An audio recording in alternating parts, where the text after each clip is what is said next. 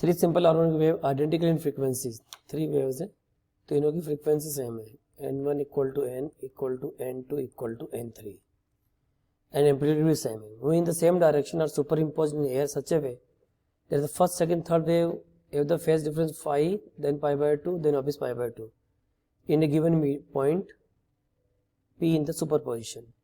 Then as the wave propagates, the superposition result, and this is a multiple answer problem.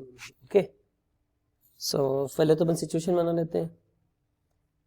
एक wave इधर है, उसकी amplitude है a, दूसरा इससे पाई बाय 2 आगे उसका एम्पलीट्यूड भी है, तीसरा इससे पाई बाय 2 आगे उसका एम्पलीट्यूड भी a है.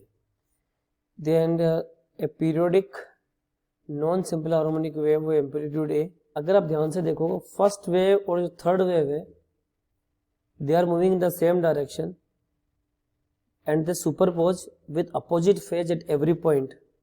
सो दोनों तो कैंसिल आउट हो गई, cancel out in displacement as well as velocity as well as acceleration. Means इसका इफेक्ट हो गया कि destroy each other out. It means we left with only second wave. हमारे पास एक सेकेंड वेव बची है which progress as simple harmonic wave of amplitude A and frequency N. So इसे periodic non simple harmonic wave. Simple harmonic होगी, non simple harmonic हो नहीं सकती, स्टेशनरी हो नहीं सकती. Simple harmonic progressive wave amplitude A बिल्कुल 2 का 2 ही रहेगी.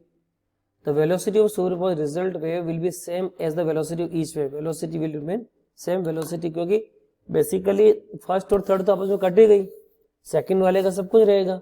सो velocity of superposed resultant will be same as the velocity of each wave. So option 3 and 4 is the correct answer.